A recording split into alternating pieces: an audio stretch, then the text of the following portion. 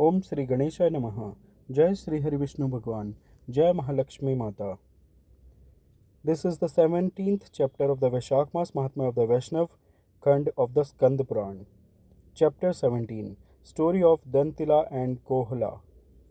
Shrut Kirti said, O bestower of honor, I am not fully satisfied on hearing about all holy rites of Vaishakh that yield benefit both here and hereafter. There is no satiety in listening to that sacred text that contains truthful instructions about Dharma and splendid and auspicious stories of Vishnu. The meritorious deeds done by me in the previous births have fortunately matured, because you have come to my abode in the guise of a guest.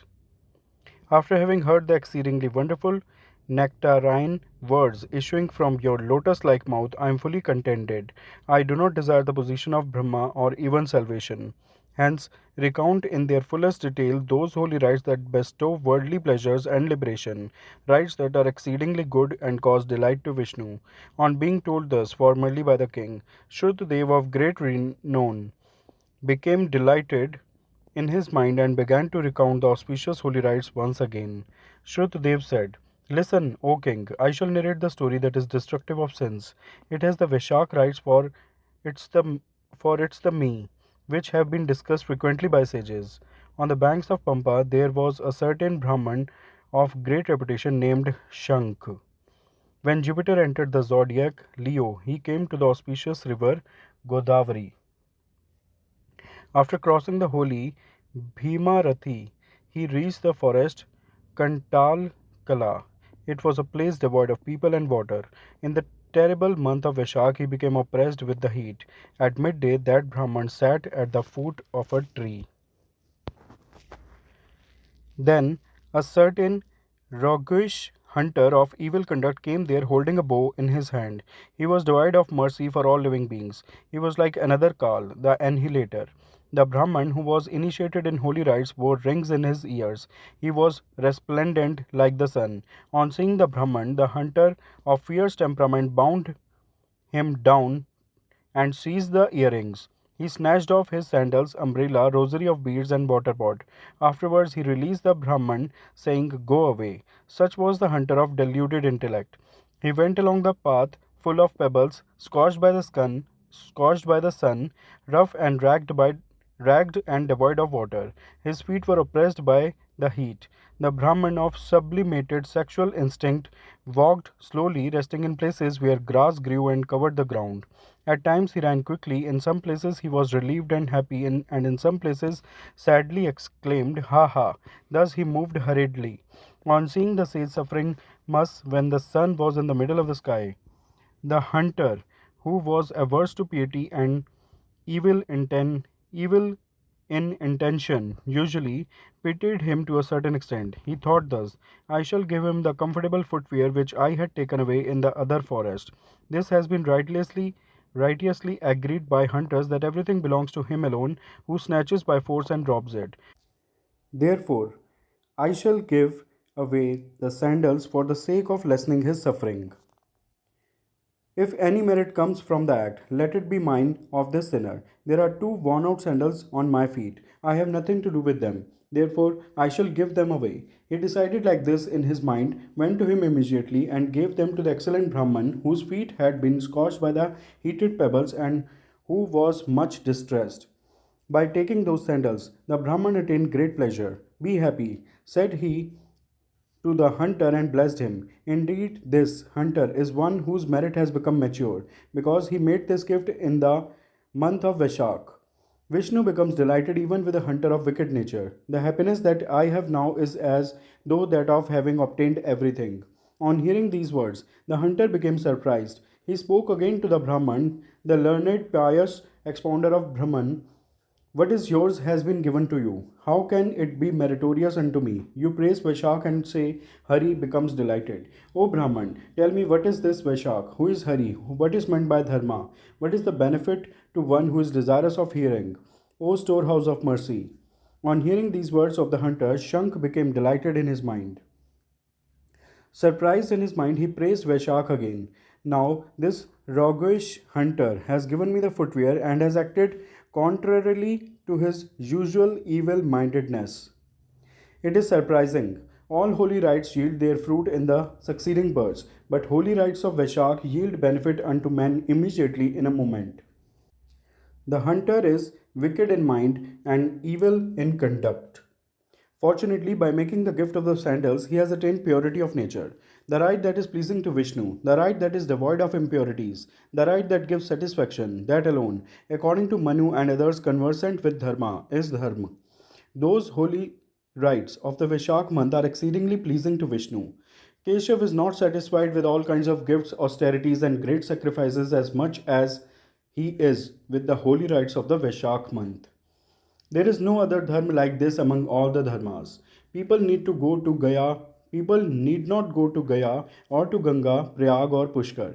They need not go to the holy spot of Kedar, Prabhas and or Shyamantak, Samantpanchak at Kurukshetra. Do. That is, you need not go to Godavari or Krishna or Setu, Rameshwar or Marudrvrad. The holy river that is in the form of the divine story, praising the greatness of Vaishakh Dharma, is very sacred. Vishnu is immediately held within the heart of one who takes his holy bath there.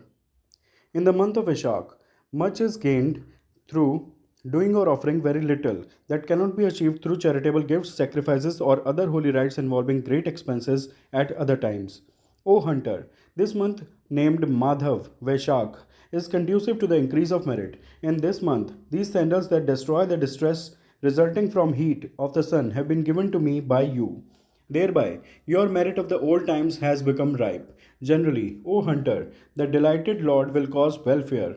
Otherwise, how can you have a splendid inclination of this type? Even as the sage was saying thus, a powerful lion urged by god of death furiously rushed at a tiger to kill it. But seeing an elephant brought there by fate, he attempted to kill him. The lion attacked him with his paw and stood ready for fighting. O king, a battle ensued between the lion and the elephant in the forest. Having become tired, they stopped fighting and stood staring at each other. Fortunately, they heard what was said by the noble old sage to the hunter. It was destructive of all sins. By listening to the greatness of the month, they became pure in heart. They were liberated from their sins. Leaving off their bodies, they went to heaven immediately. They had assumed divine forms. They were smeared with divine unguents. They were seated in a divine aerial chariot. They were served by divine damsels. Suddenly, they stood with palms joined in reverence and head bowed down before the hunter. The great sage, the expounder of the holy rites, was surprised on seeing them. He stood motionless and said, who may you be? How did it happen that you were born in the lower species of animals?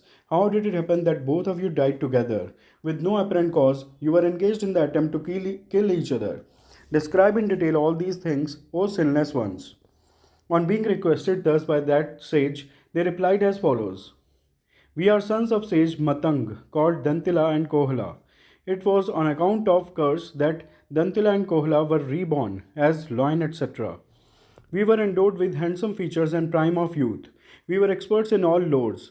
Our father, the Brahman sage named Matang, an expert in the affairs of Dharma, the most excellent one among those conversant with all holy rites, spoke to us.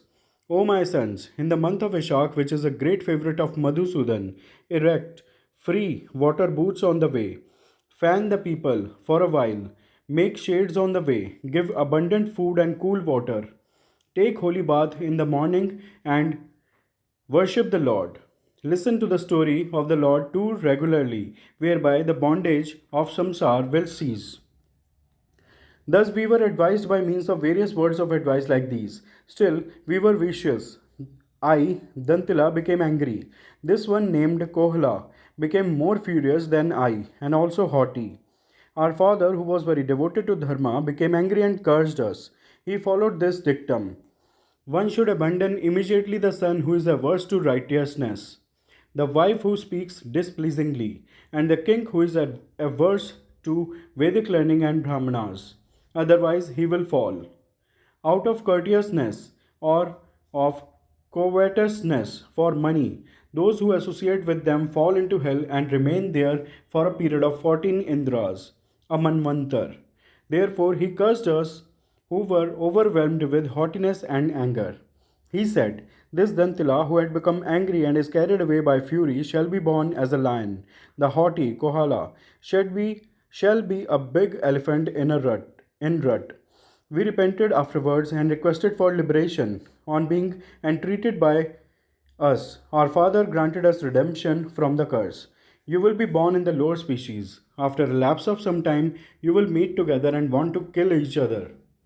At that very time, conversation between a hunter and sage Shank will reach your ears. Within a moment, you will be liberated. After your redemption, after having assumed your previous forms, O my sons, come back to me and stay with me. My words will not be otherwise. Thus, we, those two wicked ones, were cursed by our father. We were reborn as lower animals, met together fortunately, became desirous of slaying each other, and heard your conversation that was excellent and auspicious. Thereby, we were immediately liberated. Thus, they recounted everything, bowed down to the great sage, and took leave of him. On being permitted by him, they went to their father. Pointing this out, the sage, the storehouse of mercy, said to the hunter, See the great benefit of listening to the greatness of Vaishakh. By listening to it for a short while, liberation came within their reach. While the sage was speaking thus, the hunter laid down his arms before the sage, who was a storehouse of mercy, of excellent intellect, devoid of desires, of very pure nature, and the sole receptacle of merit. This was the 17th chapter of the Vaishakh Maas Mahatmya of the Vaishnav Khand of the Skanda Purana. All those who are listening, please say with me, Jai Shri Hari Vishnu Bhagwan, Jai Mahalakshmi Mata. Friends, please like and share this video. Also do subscribe the channel. Thanks. Hare Krishna.